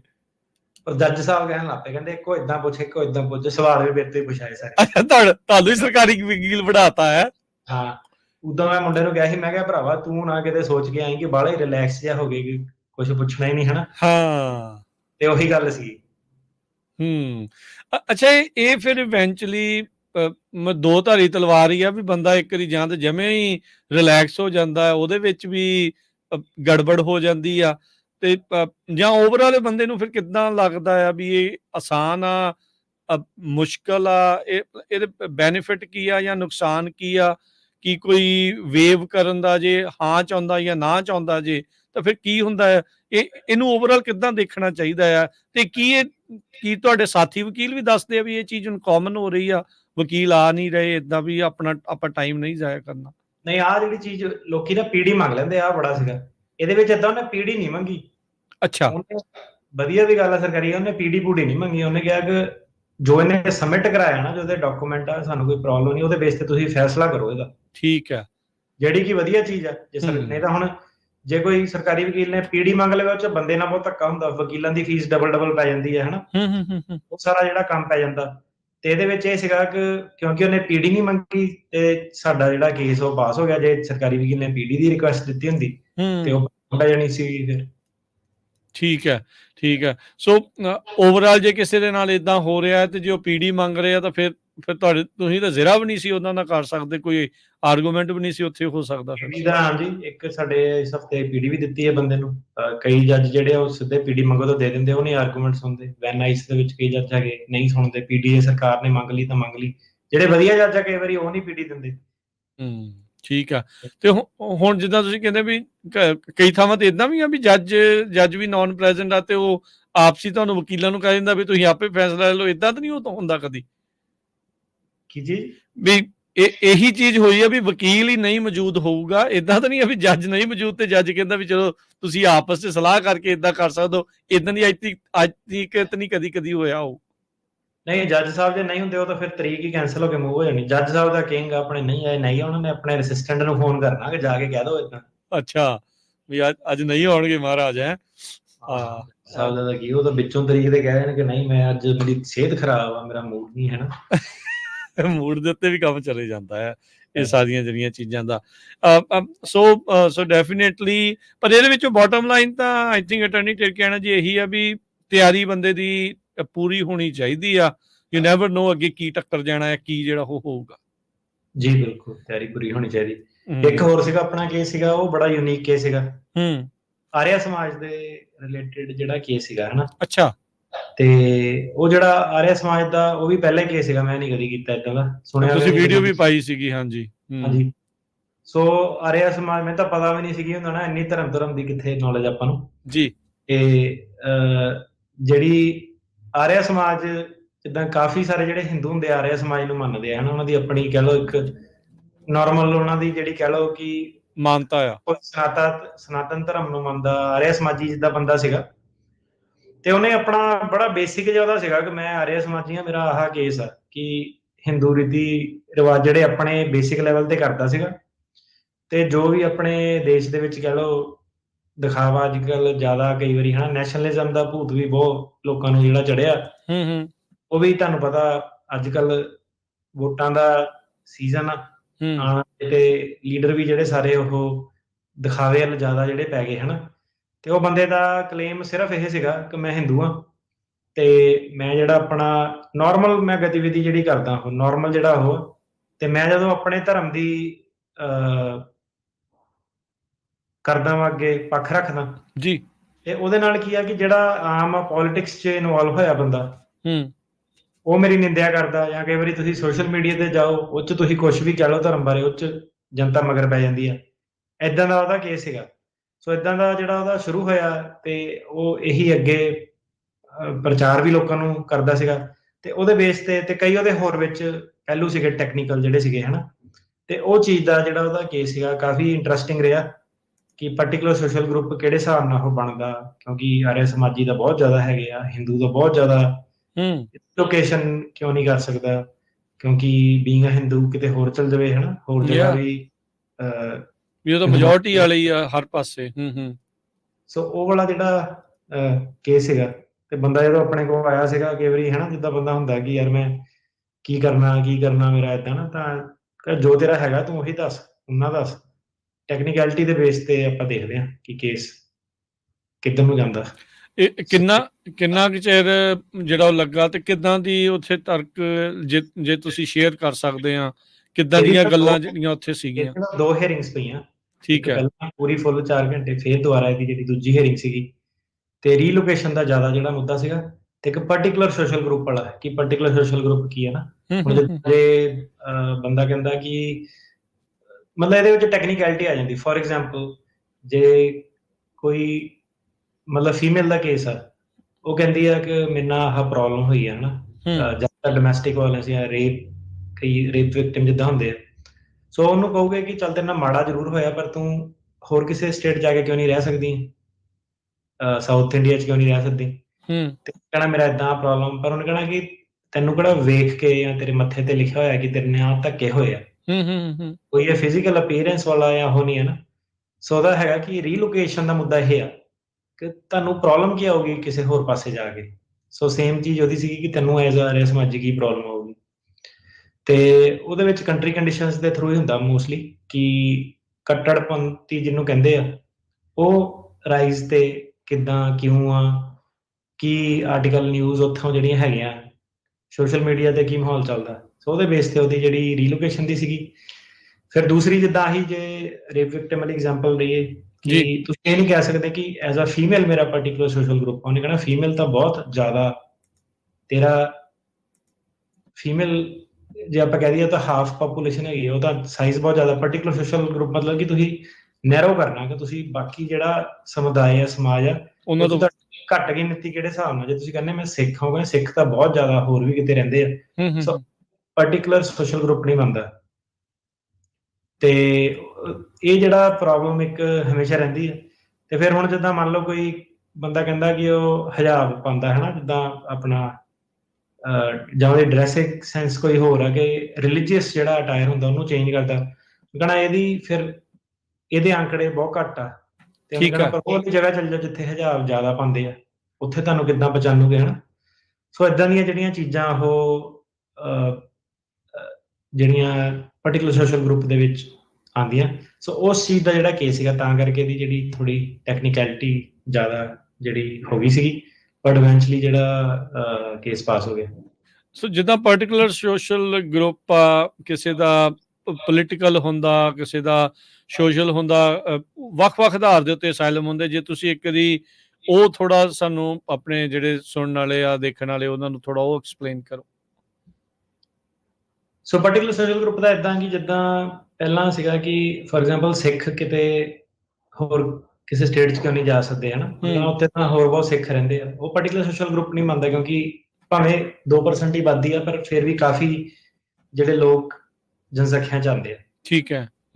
ਤੇ ਉਹਦਾ ਆਪਣਾ ਜਿਹੜਾ ਕਿਸਾਨੀ ਅੰਦੋਲਨ ਜਿਹੜਾ ਚੱਲਿਆ ਸੀਗਾ ਉਹਦੇ ਵਿੱਚ ਆਪਾਂ ਇੱਕ ਕੇਸ ਦੇ ਵਿੱਚ ਸੀਗਾ ਕਿ ਪਾਰਟੀਕੂਲਰ ਸੋਸ਼ਲ ਗਰੁੱਪ ਦੀ ਡੈਫੀਨੇਸ਼ਨ ਸੀ ਕਿ ਪਾਰਟੀਕੂਲਰ ਸੋਸ਼ਲ ਗਰੁੱਪ 'ਚ ਆਉਂਦਾ ਬੰਦਾ, ਉਹਨੇ ਪਾਰਟੀਬਾਜ਼ੀ ਨਹੀਂ ਕਈ ਵਾਰੀ ਕਿਸੇ ਨੇ ਕੀਤੀ ਸੀ, ਕੋਈ ਪਾਰਟੀ ਨਹੀਂ ਜੁਆਇਨ ਕੀਤੀ, ਕੁਝ ਨਹੀਂ ਕੀਤਾ, ਸਿਰਫ ਤੇ ਸਿਰਫ ਉਹਨੇ ਜਿਹੜੇ ਅੰਦੋਲਨ ਨੂੰ ਸਪੋਰਟ ਕੀਤਾ ਸੀਗਾ ਬਾਹਰੋਂ ਦੀ, ਇੱਥੋਂ ਰਹਿ ਕੇ ਅਮਰੀਕਾ 'ਚ, ਸਿਰਫ ਇੰਨਾ ਕੇਸ ਸੀਗਾ। ਤੇ ਉਹ ਕੇਸ ਦੇ ਵਿੱਚ ਉਹ ਪਾਰਟੀਕੂਲਰ ਸੋਸ਼ਲ ਗਰੁੱਪ ਦੇ ਥੱਲੇ ਆਂਦਾ ਸੀਗਾ ਤੇ ਉਹਦੇ ਵਿੱਚ ਵੀ ਆਹੀ ਹੋਇਆ ਕਿ ਕਾਫੀ ਜੱਜ ਸਾਹਿਬ ਨੇ ਸਵਾਲ ਪੁੱਛੇ ਕਿ ਕੀ ਕਿੱਦਾਂ ਕਿਹੜੇ ਹਿਸਾਬ ਨਾਲ ਆਉਂਦਾ, ਕੀ ਪ੍ਰੋਬਲਮ ਆ, ਇਹ ਪਾਰਟੀਕੂਲਰ ਸੋਸ਼ਲ ਗਰੁੱਪ ਇਹ ਕਿੱਦਾਂ ਹੋਇਆ ਨਾ। ਉਹਨੂੰ ਆਹੀ ਕੀ ਘਟਦੇ ਕਿ ਜਦੋਂ ਕਿ ਮੰਨ ਲਓ ਇੰਨੇ ਸਿੱਖ ਉੱਚੋਂ ਦੀ ਕੁਛ ਇੱਕ ਬਾਹਰ ਆ ਗਏ ਹਨਾ, ਸੋ ਇੱਕ ਆਲਰੇਡੀ ਉਹ ਛੋਟੀ ਕਲਾਸ ਬਣ ਗਈ, NRI ਕਹਤਾ ਉਹਨੂੰ, NRI non resident Indian. Non resident Indian ਦੇ ਵਿੱਚ ਵੀ ਤੁਸੀਂ ਕਹਿ ਲਓ ਕਿ ਕਿੰਨੇ ਹਿੰਦੂ ਆ, ਕਿੰਨੇ ਮੁਸਲਿਮ ਆ, ਕਿੰਨੇ ਸਿੱਖ ਆ, ਸੋ ਜਿਹੜੇ ਸਿੱਖ ਬਚੇ ਉਹ ਇੱਕ ਬੜੀ ਛੋਟਾ ਨੰਬਰ ਆ ਗਿਆ। ਸਿੱਖ ਜਿਹੜਾ ਛੋਟਾ ਜਿਹਾ ਬੱਚਾ NRI ਵਾਲਾ, NRIਆਂ ਦੇ ਵਿੱਚ ਅੱਗੇ ਕਿੰਨੇ ਜਣਿਆਂ ਨੇ ਆਪਣਾ ਜਿਹੜਾ ਸੀਗਾ ਫਾਰਮਿੰਗ ਪ੍ਰੋਟੈਸਟ ਨੂੰ ਜਿਹੜਾ ਉਦੋਂ ਸੀਗਾ ਸਪੋਰਟ ਕੀਤਾ, ਕਿਹੜੇ ਤਰੀਕੇ ਨਾਲ ਸਪੋਰਟ ਕੀਤਾ, ਕਿਸੇ ਨੇ ਐਕਟਿਵਲੀ ਕੀਤਾ, ਮੂਹਰੇ ਅੱਗੇ ਕੀਤਾ, ਕੈਮਰੇ ਮੂਹਰੇ ਕੀਤਾ, ਕਿਸੇ ਨੇ ਸੋਸ਼ਲ ਮੀਡੀਆ ਤੇ ਕੀਤਾ, ਮਤਲਬ ਐਕਚੁਅਲ ਦੇ ਵਿੱਚ ਗਤੀਵਿਧੀ ਜਿਹੜੀ ਉਹਦੀ, ਇਹ ਨਹੀਂ ਕਿ ਪੋਸਟਾਂ ਕਿਸੇ ਦੀਆਂ ਸ਼ੇਅਰ ਕੀਤੀਆਂ। ਤੇ ਉਹਨੇ ਜਿਹੜਾ ਸੀਗਾ ਕਿ ਇਹ ਕਲਾਸ ਹੁਣ ਹੋਰ ਨੈਰੋ ਹੋ ਗਈ ਕਿ ਜਿਹੜਾ ਬੰਦੇ ਨੇ ਸਪੋਰਟ ਕੀਤਾ। ਠੀਕ ਹੈ। ਸਪੋਰਟ ਕਰਨਾ ਸੀਗਾ, ਸਰਕਾਰ ਤੁਹਾਡੀ ਨੇ ਕੀ ਬਿਆਨ ਦਿੱਤੇ ਏਦਾਂ ਦੇ ਬੰਦਿਆਂ ਦੇ ਖਿਲਾਫ, ਤੇ ਜਿਹੜੇ NRI ਕਈ ਵਾਰੀ ਵਾਪਸ ਜਾਂਦੇ ਆ, ਉਹਨਾਂ ਨਾਲ ਸਰਕਾਰ ਕੀ ਕਰਦੀ ਹੈ, ਕਿੱਦਾਂ ਕਰਦੀ ਹੈ, ਉਹਨਾਂ ਦੇ ਆਰਟੀਕਲਸ ਵਗੈਰਾ ਜਿਹੜੇ ਸੀਗੇ। ਸੋ ਉਹ ਚੀਜ਼ ਦਾ ਸੀਗਾ ਕਿ ਤਾਂ ਕਰਕੇ ਇਹ ਪਾਰਟੀਕੂਲੈਰਿਟੀ ਦੇ ਨਾਲ ਜਿਹੜਾ ਡਿਫਾਈਨ ਆਪਾਂ ਕਰ ਸਕਦੇ ਹਾਂ ਇਹ ਬੰਦੇ ਦੇ ਕੇਸ ਦੇ ਵਿੱਚ, ਕਿਉਂਕਿ ਇਹਦੀ ਐਕਟੀਵਿਟੀ ਦਾ ਬਹੁਤ ਲੈਵਲ ਸੀਗਾ, ਜੈਨੂਇਨਲੀ ਉਹਦੇ ਕੋਲ ਕਾਫੀ ਸਾਰਾ ਜਿਹੜਾ ਸਮੱਗਰੀ ਸੀਗੀ, ਜਿਹਦੇ ਕਰਕੇ ਕਿ ਉਹ ਹਾਰਮਸ ਵੇ ਦੇ ਵਿੱਚ ਆਪਣਾ ਆਉਂਦਾ ਸੀਗਾ, ਉਹਨੂੰ ਨੁਕਸਾਨ, well founded fear of future prosecution ਆਪਾਂ ਨੂੰ ਸਾਬਤ ਕਰਨਾ ਪੈਂਦਾ, ਕਿਉਂਕਿ ਪੁਰਾਣੇ ਉੱਤੇ ਕੋਈ ਹਮਲੇ ਵੀ ਕੁਝ ਨਹੀਂ ਹੋਏ ਸੀਗੇ, ਸਿਰਫ ਸਪੋਰਟ ਕਰਦਾ ਸੀਗਾ, ਉਹ ਔਖਾ ਕੇਸ ਸੀਗਾ। ਸੋ ਉਹਦੇ ਵਿੱਚ ਕੀ ਹੈ ਕਿ ਜਦੋਂ ਤੁਹਾਡੇ ਤੇ ਹਮਲੇ ਨਹੀਂ ਹੋਏ ਹੁੰਦੇ, ਕੋਈ ਵੀ ਇਦਾਂ ਦਾ ਕੁਝ ਨਹੀਂ, ਤੁਸੀਂ ਸਿੰਪਲ ਪੋਲੀਟੀਕਲ ਐਕਟਿਵਿਜ਼ਮ ਕਰਦੇ ਆ, ਤਾਂ ਜ਼ਿੰਮੇਵਾਰੀ ਜਿਹੜੀ ਤੁਹਾਡੀ ਬਣਦੀ ਹੈ ਕਿ ਫਿਊਚਰ ਦੇ ਵਿੱਚ ਵੀ ਤੁਹਾਡੇ ਨਾਲ ਖਤਰਾ ਜਿਹੜਾ ਹੋ ਸਕਦਾ। ਤੇ ਆਬਵੀਅਸਲੀ ਮੁੱਦੇ ਇਹ ਸੀਗੇ ਕਿ ਬਿੱਲ ਤਾਂ ਹੁਣ ਵਾਪਸ ਹੋ ਗਏ, ਫੇਰ ਕੀ ਪ੍ਰੋਬਲਮ ਆ ਤੁਹਾਨੂੰ ਹਨਾ।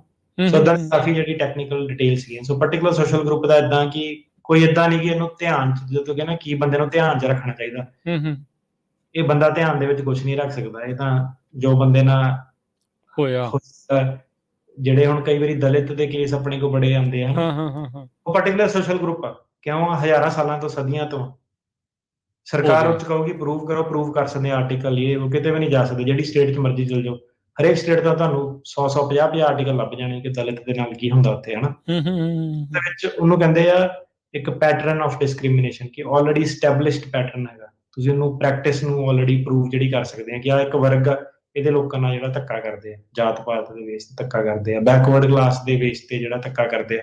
ਕਾਫੀ ਸਾਰੇ ਆਪਣੇ ਜਿਹੜੇ ਕੇਸ ਵੀ ਆਉਂਦੇ ਆ, ਪਾਰਟੀਬਾਜ਼ੀ ਵਾਲੇ ਵੀ ਜਿਹੜੇ ਕੇਸ, ਉਹਦੇ ਵਿੱਚ ਵੀ ਬੈਕਵਰਡ ਕਲਾਸ ਜਿਹੜੀ ਹੁੰਦੀ ਆ, ਅਦਰ ਬੈਕਵਰਡ ਕਲਾਸ, OBC ਵਗੈਰਾ ਜਿਹੜੇ ਹੁੰਦੇ ਆ। ਹਾਲੇ ਕਈ ਵਾਰੀ ਹੋਰ ਵੀ ਮੁੱਦੇ ਜਦੋਂ ਉਹਨਾਂ ਨੂੰ ਤੁਸੀਂ ਗੱਲ ਕਰਨ ਬੈਠੋ, ਕਈ ਚੀਜ਼ਾਂ ਜਿਹੜੀਆਂ ਨਿਕਲ ਜਾਂਦੀਆਂ, ਲੇਡੀਜ਼ ਦੇ ਡੋਮੈਸਟਿਕ ਵਾਇਲੈਂਸ ਦੇ, ਫੀਮੇਲ ਵਾਲੇ ਕੇਸ ਜਿਹੜੇ ਨਿਕਲੇ ਜਾਂਦੇ ਆ।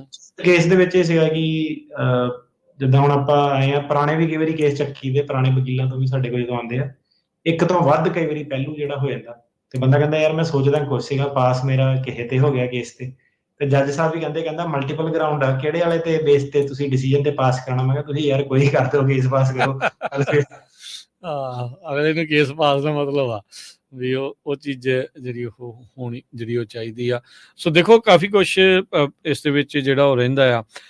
ਜਦੋਂ ਅਸਾਈਲਮ ਦੇ ਕੇਸਿਸ ਦੇ ਵਿੱਚ ਆਉਂਦੇ ਆ, ਤੁਸੀਂ ਅਟਾਰਨੀ ਟਿਰਕੀਆਣਾ ਜੀ, ਕੀ ਜਿਹੜੇ ਇਸ਼ੂਜ਼ ਨੂੰ ਜਿਹੜਾ ਉਹ ਤੁਸੀਂ ਦੇਖਦੇ ਆ, ਇੱਕ ਵੈਲ ਫਾਊਂਡਿੰਗ ਜਿਹੜਾ ਫੀਅਰ ਆਫ ਜਿਹੜਾ ਫਿਊਚਰ ਪ੍ਰੋਸੀਕਿਊਸ਼ਨ ਆ, ਉਹ ਸ਼ੋ ਕਰਨਾ, ਕਿਸੇ ਦੀ ਕ੍ਰੈਡੀਬਿਲਿਟੀ ਵਾਲੀ ਜਿਹੜੀ ਇੰਟਰਵਿਊ ਹੋਈ ਹੁੰਦੀ ਆ ਪਹਿਲੋਂ ਅਸਾਈਲੀ ਦੀ, ਉਹਨੂੰ ਲੈ ਕੇ ਕਿਹੜੀਆਂ ਚੀਜ਼ਾਂ, ਕਿਹੜੀਆਂ ਟੌਪਿਕਸ ਦੇ ਉੱਤੇ ਜਿਹੜਾ ਉਹ ਜ਼ਿਆਦਾ ਫੋਕਸ ਹੋ ਰਿਹਾ ਹੁੰਦਾ ਹੈ ਜਾਂ ਕਰਨਾ ਚਾਹੀਦਾ ਹੈ? ਸਾਰੇ ਤੇ ਕਰਨਾ ਚਾਹੀਦਾ, ਪੂਰੇ ਕੇਸ ਤੇ। ਜ਼ਿਆਦਾਤਰ ਤਾਂ ਸਰਕਾਰੀ ਵਕੀਲ ਦੇ ਹੱਥ ਹੈਗਾ ਕਿ ਉਹਨੇ ਜੇ ਨੈਰੋ ਡਾਊਨ ਕਰਨੇ ਇਸ਼ੂ ਕਿ ਨਹੀਂ ਕਰਨੇ, ਬਾਕੀ ਤੁਹਾਨੂੰ ਪੂਰੀ ਫੁੱਲ ਜਿਹੜੀ ਤਿਆਰੀ 100% ਚਾਹੀਦੀ ਹੈ। ਠੀਕ ਹੈ। ਸੋ ਜਦੋਂ ਵੈਲ ਫਾਊਂਡਡ ਫੀਅਰ ਦੀ ਗੱਲ ਆਉਂਦੀ ਆ, ਉਹਦੇ ਵਿੱਚ ਕੀ ਚੀਜ਼ਾਂ ਜਿਹੜੀਆਂ ਉਹ ਆਉਂਦੀਆਂ ਆ, ਉਹ ਕਿੱਦਾਂ ਜਿਹੜਾ ਪ੍ਰੈਜ਼ੈਂਟ ਕੀਤਾ ਜਾਂਦਾ ਹੈ? ਵੈਲ ਫਾਊਂਡਡ ਫੀਅਰ ਇਹੀ ਹੁੰਦਾ ਕਿ ਫਿਊਚਰ ਦੇ ਵਿੱਚ ਵੀ ਤੁਹਾਨੂੰ ਖਤਰਾ ਜਿਹੜਾ ਹੋ ਸਕਦਾ, ਕਿ ਆਲਰੇਡੀ ਤੁਹਾਡਾ ਜਿਹੜਾ ਵੈਲ ਫਾਊਂਡਡ ਹੁੰਦਾ ਕਿ ਤੁਹਾਡੇ ਨਾਲ ਕੁਝ ਇਹੋ ਜਿਹਾ ਵਾਪਰਿਆ, ਉਹਦੇ ਬੇਸ ਤੇ ਆਪਾਂ ਇਹ ਕਹਿ ਸਕਦੇ ਹਾਂ ਕਿ ਫਿਊਚਰ 'ਚ ਵੀ ਤੁਹਾਨੂੰ ਉਹ ਨੁਕਸਾਨ ਹੋਊਗਾ। ਸੋ ਜੇ ਤੇ ਕਈ ਵਾਰੀ ਕੋਈ ਫਿਜ਼ੀਕਲ ਅਟੈਕ ਕਿਸੇ ਵਿਅਕਤੀ ਤੇ ਹੋਇਆ ਹੁੰਦਾ, ਕਿਸੇ ਵੀ ਕੰਟਰੀ ਤੋਂ ਭਾਵੇਂ ਹੋਏਗਾ, ਤਾਂ ਜੇ ਉਹਦਾ ਅਟੈਕ ਗੰਭੀਰ ਹੋਇਆ ਤਾਂ ਆਪਾਂ ਇਹ ਮੰਨ ਕੇ ਚੱਲਦਾ ਕਾਨੂੰਨ ਕਿ ਇਹਨੂੰ ਫਿਊਚਰ ਦੇ ਵਿੱਚ ਵੀ ਖਤਰਾ ਹੋ ਸਕਦਾ ਹੈ ਨਾ। ਸਪੈਸ਼ਲੀ ਇਹਦੀ ਆਪਾਂ ਕਈ ਵਾਰੀ ਡਿਸਕਸ਼ਨ ਕਰ ਚੁੱਕੇ ਹਾਂ ਕਿ ਉਹ ਗਵਰਨਮੈਂਟ ਐਕਟਰ ਸੀਗੇ, ਇੱਕ ਉਹ ਪ੍ਰਾਈਵੇਟ ਐਕਟਰ ਸੀਗੇ, ਪੁਲਿਸ ਵਾਲੇ ਸੀਗੇ, ਇੱਕ ਰਿਸ਼ਤੇਦਾਰ ਸੀਗੇ, ਇੱਕ ਪਿੰਡ ਵਾਲੇ ਸੀਗੇ। ਸੋ ਕਿਹਨੇ ਹਮਲਾ ਕੀਤਾ, ਕੀ ਉਹਦਾ ਲੈਵਲ ਸੀਗਾ, ਤੇ ਕਈ ਕੇਸਾਂ ਦੇ ਵਿੱਚ ਜਿਹੜਾ ਵੈਲ ਫਾਊਂਡਡ ਫੀਅਰ ਅਜ਼ਿਊਮ ਹੁੰਦਾ, ਤੇ ਜਿਹਦੇ ਉੱਤੇ ਕੋਈ ਏਦਾਂ ਦਾ ਅਟੈਕ ਨਹੀਂ, ਸੀਰੀਅਸਨੈਸ ਨਹੀਂ ਹੋਈ, ਤੇ ਉਹ ਬੰਦੇ ਨੂੰ ਆਪ ਜਿਹੜਾ ਪ੍ਰੂਵ ਕਰਨਾ ਪੈਂਦਾ ਕਿ ਹੁਣ ਤੈਨੂੰ ਕੀ ਪ੍ਰੋਬਲਮ ਹੋ ਗਈ ਫਿਊਚਰ ਦੇ ਵਿੱਚ। ਸੋ ਇਹ ਜਿਹੜੀ ਚੀਜ਼ ਨੂੰ ਆਪਾਂ ਵੈਲ ਫਾਊਂਡਡ ਫੀਅਰ ਕਹਿੰਦੇ ਹਾਂ, ਤੇ ਇਹਦੇ ਜਿਹੜੇ ਆਰਗੂਮੈਂਟ ਚੱਲਦੇ ਆ, ਤੇ ਇਹਦੇ ਵਿੱਚ ਆਪਾਂ ਕਈ ਵਾਰੀ ਦੱਸਿਆ ਸੀਗਾ ਕਿ ਰੀਲੋਕੇਸ਼ਨ ਦੇ ਇਸ਼ੂ ਜਿਹੜੇ ਆ, ਮੁੱਦੇ ਆ, ਤੇ ਕਾਫੀ ਕੁਝ ਡਿਪੈਂਡ ਕਰਦਾ ਕਿ ਹਮਲਾਵਰ ਜਿਹੜਾ ਸੀਗਾ ਉਹ ਖੁਦ ਸਰਕਾਰ ਸਪਾਂਸਰਡ ਐਕਟੀਵਿਟੀ ਸੀਗੀ, ਕਿ ਉਹ ਪ੍ਰਾਈਵੇਟ ਬੰਦਾ ਸੀਗਾ ਜਾਂ ਸਰਕਾਰੀ ਬੰਦਾ ਸੀਗਾ, ਪਰ ਆਪਣੀ ਡਿਊਟੀ ਤੋਂ ਬਾਹਰ ਆ ਕੇ ਤੁਹਾਨੂੰ ਤੰਗ ਕਰਦਾ ਸੀਗਾ। ਜੀ ਨਹੀਂ, ਬਿਲਕੁਲ। ਸੋ ਇਹ ਚੀਜ਼ ਦਾ ਜਿਹੜਾ ਧਿਆਨ ਰੱਖਣਾ, ਜਦੋਂ ਹੁਣ ਤੁਸੀਂ ਟਰਨੀ ਟੇਕਿਆ ਨਾ ਜੀ, ਪਾਰਟੀਕੂਲਰ ਸੋਸ਼ਲ ਗਰੁੱਪ ਦੀ ਪਹਿਲਾਂ ਜਦੋਂ ਗੱਲ ਕਰ ਰਹੇ ਸੀਗੇ, ਬਹੁਤ ਵਾਰੀ ਇਹ ਦੇਖਿਆ ਜਾਂਦਾ ਵੀ ਇੱਕ ਕੁੱਕੀ ਕਟਰ ਅਪਰੋਚ ਹੁੰਦੀ ਆ, ਵੀ ਜਿਹੜਾ ਵੀ ਆਇਆ ਉਹਨੂੰ ਹਰ ਇੱਕ ਨੂੰ ਇੱਕੋ ਹੀ ਜਿਹੜੇ ਸਾਂਚੇ ਦੇ ਵਿੱਚ ਪਾ ਦਿੱਤਾ ਜਾਂਦਾ ਆ। ਹੋ ਸਕਦਾ ਹੁੰਦਾ ਆ ਵੀ ਉਹਦਾ ਦੂਜੇ ਢੰਗ ਦੇ ਨਾਲ ਜਾਂ ਪਾਰਟੀਕੂਲਰ ਸੋਸ਼ਲ ਗਰੁੱਪ 'ਚ ਜਾਂ ਉਹਨੂੰ ਡਿਫਰੈਂਟ ਢੰਗ ਦੇ ਨਾਲ, ਜਿੱਦਾਂ ਆਰਿਆ ਸਮਾਜੀ ਵਾਲਾ ਤੁਸੀਂ ਦੱਸਿਆ, ਵੀ ਉਹਨੂੰ ਉਸ ਅਪਰੋਚ ਦੇ ਨਾਲ ਦੇਖਿਆ ਜਾਵੇ। ਇੱਥੇ ਤੁਸੀਂ ਕਿੱਦਾਂ ਫਿਰ ਦੇਖਦੇ ਆ, ਜਦੋਂ ਕੋਈ ਤੁਹਾਨੂੰ ਆਪਣੀ ਗੱਲਬਾਤ ਦੱਸ ਰਿਹਾ ਆ, ਤੁਸੀਂ ਫਿਰ ਇਹ ਕਿੱਦਾਂ ਫਿਗਰ ਆਊਟ ਕੀਤਾ ਜਾਂਦਾ ਹੈ? ਜ਼ਿਆਦਾ ਤੁਹਾਡਾ ਪ੍ਰੋਸੈਸ ਫਿਰ ਕਿੱਦਾਂ ਰਹਿੰਦਾ ਆ ਵੀ ਇਹਨੂੰ ਕਿਹੜੀ ਕੈਟਾਗਰੀ ਦੇ ਅੰਡਰ ਜਿਹੜਾ ਆ ਉਹ ਕੇਸ ਜਿਹੜਾ ਉਹ ਲਾਉਣਾ ਚਾਹੀਦਾ ਆ? ਸਾਰੇ ਆਪਣੇ ਮੁੱਦੇ ਪਹਿਲਾਂ ਤਾਂ ਦੱਸਣੇ ਚਾਹੀਦੇ ਆ, ਜਿੰਨੇ ਵੀ ਆ, ਭਾਵੇਂ ਇੱਕ ਤੋਂ ਵੱਧ ਆ। ਠੀਕ ਹੈ। ਤੇ ਉਹ ਬੰਦੇ ਦੀ ਆਪਣੀ ਜਜਮੈਂਟ ਕਾਲ ਹੁੰਦੀ ਆ। ਕਈ ਵਾਰੀ ਜੱਜ ਤੇ ਵੀ ਤੁਹਾਨੂੰ ਦੇਖਣਾ ਪੈਂਦਾ। ਕਈ ਜਿੱਦਾਂ ਜੱਜ ਸੀਗੇ ਉਹ ਫੈਮਿਲੀ ਪਾਰਟੀਕੂਲਰ ਸੋਸ਼ਲ ਗਰੁੱਪ ਨੂੰ ਨਹੀਂ ਲਾਈਕ ਕਰਦੇ, ਜਿੱਦਾਂ ਫੈਮਿਲੀ ਦੇ ਵਿੱਚ ਹੋਇਆ ਹੁੰਦਾ। ਟਰੰਪ ਦੇ ਵੀ ਜਿੱਦਾਂ ਟਰੰਪ ਸਰਕਾਰ ਆਉਂਦੀ ਹੈ, ਫੈਮਿਲੀ PSG ਦੇ ਕੇਸ ਜਿਹੜੇ ਉਹ ਹਟਾ ਦਿੰਦੀ ਹੈ ਕਿ ਇਹਨਾਂ ਤੇ ਅਸਾਈਲਮ ਨਹੀਂ ਮਿਲਣਾ ਚਾਹੀਦਾ। ਡੋਮੈਸਟਿਕ ਵਾਇਲੈਂਸ ਵਾਲੇ LGBTQ ਜਿਹੜੇ ਕੇਸ ਉਹ ਸਾਰੇ ਔਖੇ ਕਰ ਦਿੰਦੀ ਟਰੰਪ ਐਡਮਿਨਿਸਟ੍ਰੇਸ਼ਨ। ਉਹਨਾਂ ਦੀ ਅਪਰੋਚ ਇਹ ਹੈ। ਡੈਮੋਕ੍ਰੇਟ ਆ ਕੇ ਉਹਨੂੰ ਰਿਵਰਸ ਕਰ ਦਿੰਦੇ ਆ ਰੂਲ, ਹਨਾ। ਸੋ ਜੱਜ ਆ ਕੇ ਰਿਪਬਲਿਕਨ ਅਪੁਆਇੰਟੀ ਆ, ਕਿ ਟਰੰਪ ਅਪੁਆਇੰਟੀ ਆ। ਜਿੱਦਾਂ ਆਪਾਂ ਸੁਪਰੀਮ ਕੋਰਟ ਤੱਕ ਵੀ ਦੇਖਦੇ ਹਾਂ, ਕਈ ਪ੍ਰੋ ਚੋਇਸ ਆ, ਹਨਾ, ਤੇ ਕਈ ਪ੍ਰੋ ਲਾਈਫ ਆ। ਸੋ ਇਹ ਜਿਹੜੇ ਜੱਜ ਆ ਤੁਹਾਡੇ, ਉਹ ਵੀ ਕਈਆਂ ਨੂੰ ਹੁਣ ਜਿੱਦਾਂ ਬੰਦਾ ਆਪ ਹੀ ਨਹੀਂ ਜੇ LGBTQ ਉਹਨੂੰ ਅਹਿਮੀਅਤ ਦਿੰਦਾ, ਕੋਈ ਉਹ ਤੋਂ ਪ੍ਰੋਬਲਮ ਰੱਖਦਾ, ਤਾਂ ਉਹਦੇ ਵਿੱਚ ਉਸ ਜੱਜ ਦੇ ਮੂਹਰੇ ਤੁਹਾਨੂੰ ਜਿਹੜਾ ਹੈ ਕੇਸ ਆਰਗਿਊ ਕਰਨਾ ਅਪਹਿਲ ਬੈਟਲ ਆ। ਤੇ ਡਿਪੈਂਡ ਹੁਣ ਕੀ ਆ ਕਿ ਬੰਦੇ ਦਾ ਵਿਊ ਪੁਆਇੰਟ ਜਿਹੜਾ ਉਹ ਕੀ ਆ, ਡਿਪੈਂਡ ਕਰਦਾ ਹੈ ਨਾ ਜੀ। ਅਕਸਰ ਆਪਾਂ ਜਦੋਂ ਕਈ ਵਾਰੀ ਕਾਲਸ ਲੈਨੇ, ਅੱਜ ਨਾਲੇ ਸੱਚ ਦੱਸ ਜੀ, ਮਾਫੀ ਚਾਹੁੰਦੇ ਹਾਂ, ਅੱਜ ਕਾਲਸ ਜਿਹੜੀਆਂ ਉਹ ਅਸੀਂ ਨਹੀਂ ਲੈ ਸਕਾਂਗੇ, ਉਸ ਚੀਜ਼ ਦੇ ਲਈ ਮਾਫੀ ਆ। ਆਉਂਦੇ ਵੀਕ ਦੇ ਵਿੱਚ ਜਿਹੜੀਆਂ ਕਾਲਸ ਦਾ ਸਿਲਸਿਲਾ ਜਿਹੜਾ ਉਹ ਆਪਾਂ ਚਲਾਵਾਂਗੇ। ਮਾਫੀ ਚਾਹੁੰਦੇ, ਅੱਜ ਕਾਲਸ ਜਿਹੜੀਆਂ ਤੁਹਾਡੀਆਂ ਨਹੀਂ ਲੈ ਸਕਦੇ। ਕਈ ਵਾਰੀ ਆਪਣੇ ਜਿਹੜੇ ਕਾਲਰ ਆ ਨਾ, ਜਦੋਂ ਕਾਲ ਕਰਦੇ ਪੁੱਛਦੇ ਮੇਰੇ ਬਿਆਨ ਫੇਲ ਹੋ ਗਏ, ਪਹਿਲੀ ਵਾਰੀ ਜਦੋਂ ਆਉਂਦੇ ਆ ਬਿਆਨ, ਇਹਦਾ ਕੀ ਮਤਲਬ ਕੀ ਹੁੰਦਾ ਤੇ ਇਹਦੇ ਮਾਇਨੇ ਕੀ ਰਹਿੰਦੇ ਆ? ਡਿਪੈਂਡ ਕਰਦਾ ਕਿੱਥੇ ਬਿਆਨ ਹੋਏ। ਬਿਆਨ ਪਹਿਲੀ ਗੱਲ ਫੇਲ ਹੋ ਗਏ ਤਾਂ ਬੰਦਾ ਝੂਠ ਬੋਲਦਾ ਤਾਂ ਫੇਲ ਹੋਏ। ਠੀਕ ਹੈ। ਉਦੋਂ ਬਿਆਨ ਹੁੰਦੇ, ਉਹ ਚੋਂ ਪੁੱਛਦੇ ਆ ਕੀ ਹੋਇਆ, ਹਨਾ। ਤਾਂ ਬਿਆਨ ਤਾਂ ਪਾਸ ਹੋਣੇ ਚਾਹੀਦੇ। ਜਿਹੜੀ ਹੱਡ ਬੀਤੀ ਉਹਨੂੰ ਬਿਆਨ ਕਹਿੰਦੇ ਆ। ਤੇ ਫਿਰ ਉਹਨੂੰ ਅਸਾਈਲਮ ਆਫਿਸ 'ਚ ਜਾਂਦਾ, ਜਦੋਂ ਆਪਣਾ ਜੇ ਉਰੇ ਵੀਜ਼ੇ ਤੇ ਆਇਆ ਜਾਂ ਮਾਈਨਰ ਆਇਆ ਸੀਗਾ, ਅਸਾਈਲਮ ਆਫਿਸਰ ਤੁਹਾਡੇ ਬਿਆਨ ਲੈਂਦਾ। ਤੇ ਬਿਆਨ ਫੇਲ ਹੋਏ, ਉਹ ਕਿੱਥੇ ਫੇਲ ਹੋਏ ਤੇ ਕਿਸ ਤਰ੍ਹਾਂ ਫੇਲ ਹੋਏ, ਮਤਲਬ ਕਿ 19-21 ਕਈ ਵਾਰੀ ਬੰਦਾ ਸਾਂਭ ਸਕਦਾ ਉੱਤੇ ਅਪੀਲ ਵਗੈਰਾ ਤੇ। ਠੀਕ ਹੈ। ਬਿਲਕੁਲ ਹੀ ਵੱਡਾ ਜਦੋਂ ਬਿਆਨ ਫੇਲ ਹੁੰਦਾ, ਤੇ ਜਦੋਂ ਇਹ ਹੁੰਦਾ ਕਿ ਬੰਦਾ ਇਹ ਸੱਚ ਹੀ ਨਹੀਂ ਬੋਲਦਾ, ਇਹ ਝੂਠਾ ਬੰਦਾ, ਉਹ ਵਾਲੇ ਫਿਰ ਅਪੀਲ ਦੇ ਵਿੱਚ ਬੰਦਾ ਜਿੱਤ ਨਹੀਂ ਸਕਦਾ। ਅਕਸਰ ਆਪਾਂ ਹੁਣ ਦੇਖ ਰਹੇ ਹਾਂ, ਰੀਸੈਂਟਲੀ ਮੈਟਰ ਆਫ RKK ਜਿਹੜਾ ਉਹ ਲਾਇਆ ਜਾਂਦਾ ਆ। ਜੇ ਥੋੜਾ ਬਰੀਫਲੀ ਦੱਸਣਾ ਹੋਵੇ ਮੈਟਰ ਆਫ RKK ਤੇ ਕੇਸ ਨੂੰ ਕਿੱਦਾਂ ਪ੍ਰਭਾਵਿਤ ਕਰਦਾ ਹੈ? ਮੈਟਰ ਆਫ RKK ਆਪਾਂ ਉਦਾਂ ਤਾਂ ਕਾਫੀ ਡਿਟੇਲ ਡਿਸਕਸ਼ਨ ਆਉਣ ਵਾਲੇ ਆਪਣੇ ਟਾਈਮ 'ਚ ਕਰਾਂਗੇ। ਸਾਡਾ ਇੱਕ ਕੇਸ ਹੈਗਾ, ਠੀਕ ਹੈ, 20-95 9 ਸਰਕਟ ਤੇ ਸੀਗਾ RKK ਦੇ ਉੱਤੇ। ਕਾਫੀ ਉਹਦੀ ਡਿਸਕਸ਼ਨ ਆਪਣੀ ਹੋਈ ਸੀਗੀ। ਜੇ ਉਹਦੀ ਵੇਟ ਕਰ ਰਹੇ ਕਾਫੀ ਦੇਰ ਤੋਂ ਕਿ ਕੀ ਆ ਆਪਣਾ ਨਾ 50-50 ਤੇ ਗੱਲ ਲਟਕੀ ਹੋਈ ਆ। ਬੰਦੇ ਦਾ ਮੈਨੂੰ ਲੱਗਦਾ ਕੇਸ ਤਾਂ ਪਾਸ ਹੋ ਜਾਣਾ, ਕਿਉਂਕਿ ਆਪਣੇ ਕੋਲ ਆਰਗੂਮੈਂਟ ਕਾਫੀ ਸੋਲਿਡ ਸੀਗੇ 9 ਸਰਕਟ ਦੇ ਵਿੱਚ, ਹਨਾ। ਠੀਕ ਹੈ, ਏਦਾਂ ਮੇਰਾ ਮੰਨਣਾ। ਪਰ ਇਹ ਮੈਂ ਦੇਖਣਾ ਚਾਹੁੰਦਾ ਕਿ ਸਾਰੀ ਕਮਿਊਨਿਟੀ ਨੂੰ ਉਹਦਾ ਫਾਇਦਾ ਹੋਊਗਾ ਕਿ ਇਹ ਚੀਜ਼ ਨੂੰ ਆਪਾਂ ਬੰਦ ਹੀ ਕਰਾ ਦਈਏ ਜੀ RKK ਨੂੰ। ਸੋ ਉਸ ਚੀਜ਼ ਤੇ ਆਪਣਾ ਜਿਹੜਾ ਅਟਕਿਆ ਪਿਆ ਤੇ ਕਾਫੀ ਵੱਡਾ ਫੈਸਲਾ ਜਿਹੜਾ ਉਹ ਹੋਊਗਾ ਤੇ ਉਹ ਕਾਈਂਡ ਆਫ ਲਾਈਕ ਇੱਕ ਪਹਿਲਾ ਫੈਸਲਾ ਜਿਹੜਾ ਆਪਣੇ ਆਫਿਸ ਤੋਂ ਹੋਊਗਾ ਕਿ ਜਿਹੜਾ ਕਮਿਊਨਿਟੀ ਨੂੰ ਇਫੈਕਟ ਕਰਦਾ ਜੇ ਲੱਗ ਗਿਆ ਪਰ ਉਹਦੇ ਅੱਗੇ ਜੇ ਕੋਰਟ ਸਾਡੇ ਨਾਲ ਅਗਰੀ ਜਿਹੜਾ ਕਰਦਾ। ਸਰਕਾਰੀ ਵਕੀਲ ਦੇ ਵੀ ਕਾਫੀ ਵਧੀਆ ਤਰਕ ਜਿਹੜੇ ਸੀਗੇ। ਠੀਕ ਆ। ਇਹ 9th ਸਰਕਟ ਦੇ ਵਿੱਚ ਚੱਲ ਰਿਹਾ ਇਹ ਵਾਲਾ? ਇਹ 9th ਸਰਕਟ ਚੱਲ ਰਿਹਾ। 9th ਸਰਕਟ ਦੇ ਵਿੱਚ ਜਿਹੜੀ ਉਹ ਚੱਲ ਰਹੀ ਹੈਗੀ ਆ। ਤੇ ਆਪਾਂ ਜਿਹੜੇ ਇੱਕ ਹੋਰ ਅਕਸਰ ਇਸ਼ੂ ਦੇ ਉੱਤੇ ਪਹਿਲਾਂ ਵੀ ਗੱਲ ਕੀਤੀ, ਚਲੋ ਅੱਜ ਆਪਾਂ ਉਹਨੂੰ ਫਿਰ ਟੱਚ ਅਪ ਕਰਦੇ ਹਾਂ। ਐਫੀਡੇਵਿਟ ਤੇ ਡਾਕੂਮੈਂਟਸ ਦੇ ਜਿਹੜੇ ਇਸ਼ੂਜ਼ ਅਕਸਰ ਜਿਹੜੇ ਕਲਾਇੰਟਸ ਦੇ ਹੁੰਦੇ ਆ, ਕਿਸੇ ਨੂੰ ਕੁਛ ਕਿਹਾ ਜਾ ਰਿਹਾ, ਕੋਈ ਕੁਛ ਲਈ ਆ ਰਿਹਾ, ਕੋਈ ਕਿਸੇ ਦੇ ਕਹੇ ਕੁਛ ਲੈ ਕੇ ਆ ਰਿਹਾ, ਲੈਟਰ ਆਫ ਐਪਰੀਸ਼ੀਏਸ਼ਨ ਦੀ ਜਿੱਦਾਂ ਤੁਸੀਂ ਰੀਸੈਂਟਲੀ ਜਿਹੜੀ ਉਹ ਦੱਸੀ ਆ। ਸੋ ਉਹ ਇਸ਼ੂ ਕਿਹੜੇ ਤੁਹਾਨੂੰ ਕਿਹੜੇ ਫੇਸ ਕਰਨੇ ਪੈ ਰਹੇ ਆ? ਲੋਕਾਂ ਨੂੰ ਸਮਝ ਨਹੀਂ ਆ ਰਹੀ ਜਾਂ ਉਹ ਸੈੱਟ ਪੈਟਰਨ ਤੇ ਚੱਲਣਾ ਚਾਹੁੰਦੇ ਆ ਪਿੱਛੇ ਵਾਲੇ ਤੇ? ਇਹਨੂੰ ਜੇ ਹੁਣ ਇੱਕ ਲਾਈਨ ਦੇ ਵਿੱਚ ਗੱਲ ਕਹਿਣੀ ਨਾ ਪਾਰਟੀ ਲੈਟਰਾਂ ਤੇ, ਪਹਿਲਾਂ ਭਰਾਵਾ ਜਿਹੜੀ ਪਾਰਟੀ ਨੂੰ ਤੁਸੀਂ ਸਪੋਰਟ ਕਰਦੇ ਆ ਪਹਿਲਾਂ ਉਹਦੇ ਲੀਡਰ ਦੀ ਗੱਲ ਸੁਣੋਗੇ, ਕਿਹਨੂੰ ਕਹਿੰਦਾ ਕਿ ਇਹਦਾ ਸਾਡੇ ਨਾਲ ਕੋਈ ਸੰਬੰਧ ਨਹੀਂ, ਇਹਨਾਂ ਦੀਆਂ ਲੈਟਰਾਂ ਨਕਲੀ ਹੈ।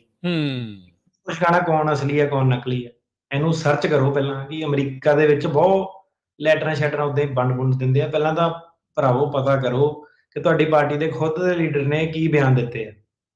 ਏਦਾਂ ਹੀ ਜਿਹੜਾ INLD ਦਾ ਹੁਣ ਜਿਹੜਾ ਹੈਗਾ, INLD ਨੇ ਬਿਆਨ ਦਿੱਤਾ ਕਿ ਜਿਹੜਾ ਚੰਡੀਗੜ੍ਹ ਵਾਲਾ ਦਫ਼ਤਰ ਆ ਉਹਦੀ ਲੈਟਰ ਨੂੰ ਮੰਨਿਆ ਜਾਊਗਾ, ਹਨਾ। ਤੇ ਇੱਕ ਦਾ ਕੇਸ ਜਿਹੜਾ ਸਾਡਾ ਅਪਰੂਵ ਹੋ ਜਾਣਾ ਸੀਗਾ ਜੱਜ, ਪਰ ਕਹਿੰਦਾ ਕਿਉਂਕਿ ਆਹ ਹੈਗਾ ਤੇ ਕਹਿੰਦਾ ਮੈਨੂੰ ਚੰਡੀਗੜ੍ਹ ਵਾਲੇ ਦਫ਼ਤਰ ਤੋਂ ਕਹਿੰਦਾ ਚਾਹੀਦਾ ਹੁਣ ਹਿਸਾਬ ਕਿਤਾਬ ਕੀ ਅਸਲੀ ਆ ਕਿ ਨਹੀਂ ਆ।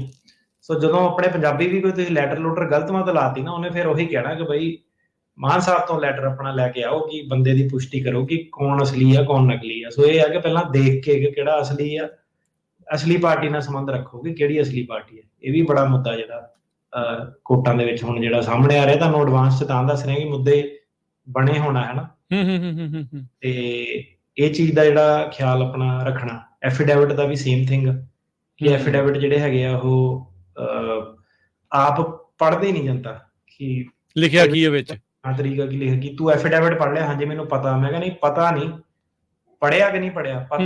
ਪਤਾ ਨਹੀਂ ਤੇ ਪੜ੍ਹਿਆ 'ਚ ਬਹੁਤ ਫਰਕ ਹੁੰਦਾ। ਪਤਾ ਹੁੰਦਾ ਕਿ ਜਨਰਲ, ਪੜ੍ਹਿਆ ਕਿ ਨਹੀਂ ਪੜ੍ਹਿਆ ਦਾ ਮਤਲਬ ਹੁੰਦਾ ਕਿ ਉਹਦੇ ਸਵਾਲ ਜਵਾਬ ਕੱਲਾ ਜਵਾਬ ਬੰਦਾ ਦੇ ਸਕਦਾ ਕਿ ਨਹੀਂ ਦੇ ਸਕਦਾ, ਹੈ ਨਾ।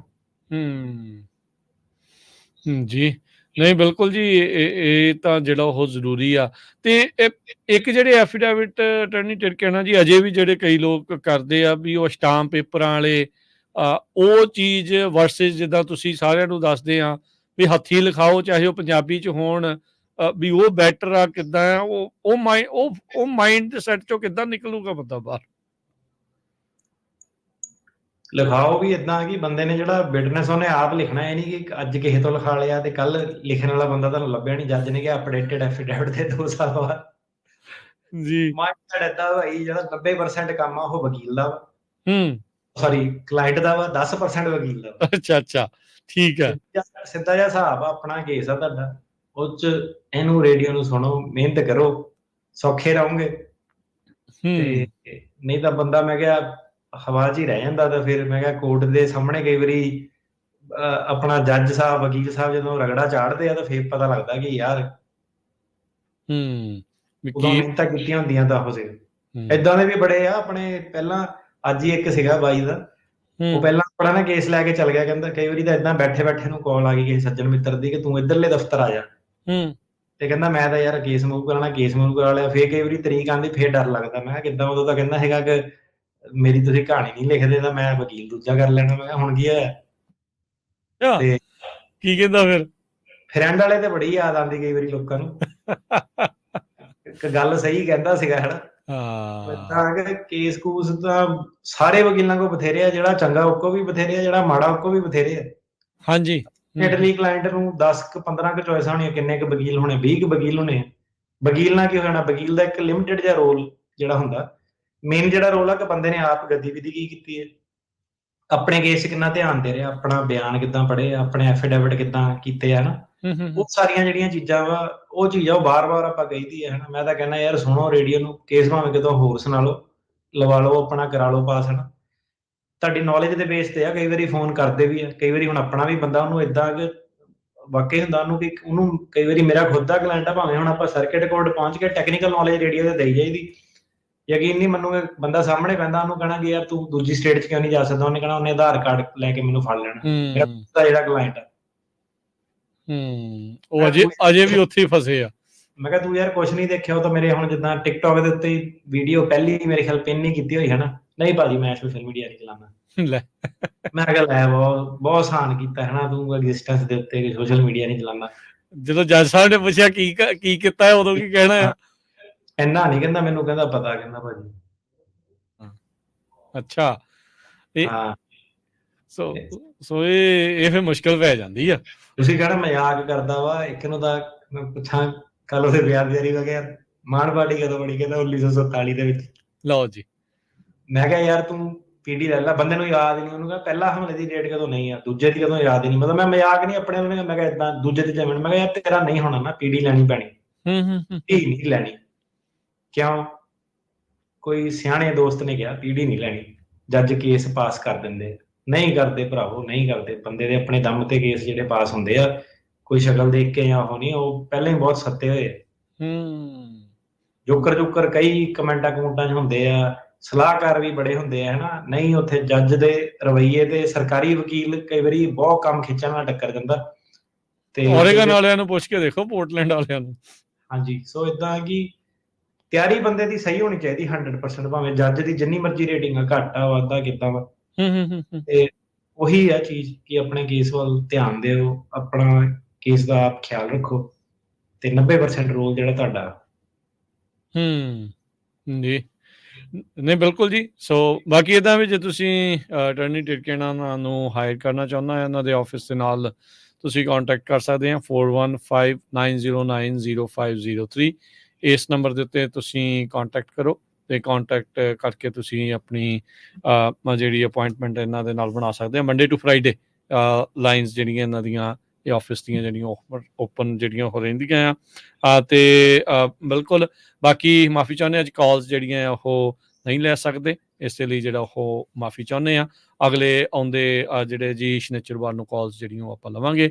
ਤੇ ਜਾਂਦੇ ਜਾਂਦੇ ਅਟਾਰਨੀ ਟਿਰਕੇਨਾ ਜੀ, ਜੇ ਕੁਛ ਸੁਣਨ ਵਾਲਿਆਂ ਨੂੰ, ਦੇਖਣ ਵਾਲਿਆਂ ਨੂੰ ਕੀ ਕਹਿਣਾ ਚਾਹੁੰਦੇ ਆ ਅਸਾਈਲਮ ਦੇ ਨਾਲ ਰਿਲੇਟਡ, ਜੇ ਕੁਛ ਤੁਸੀਂ ਹੋਰ ਕੁਛ ਕਹਿਣਾ? ਅਸਾਈਲਮ ਦੇ ਨਾਲ ਰਿਲੇਟਡ ਤਾਂ ਨਹੀਂ ਕਹਿਣਾ, ਆਪਣੇ ਆਫਿਸ ਲਈ ਬਹੁਤ ਜ਼ਿਆਦਾ ਐਕਸਾਈਟਡ ਆ। Very good. 2 ਸਾਲਾਂ ਤੋਂ ਪ੍ਰੋਜੈਕਟ ਇਨ ਮੇਕਿੰਗ ਸੀਗਾ, ਤੇ ਹੁਣ ਆਪਣੀ ਨਵੇਂ ਆਫਿਸ 'ਚ ਮੁਲਾਕਾਤ ਹੋਊਗੀ ਫਰਵਰੀ 1 ਤੋਂ ਬਾਅਦ ਸਾਰਿਆਂ ਨੂੰ। ਜੀ ਬਿਲਕੁਲ ਜੀ। ਚਲੋ ਜੀ, ਸ਼ੁਭ ਕਾਮਨਾਵਾਂ, ਬਹੁਤ ਧੰਨਵਾਦ, ਮਿਲਦੇ ਹਾਂ ਅਗਲੀ ਵਾਰੀ। ਸਤਿ ਸ੍ਰੀ ਅਕਾਲ ਜੀ।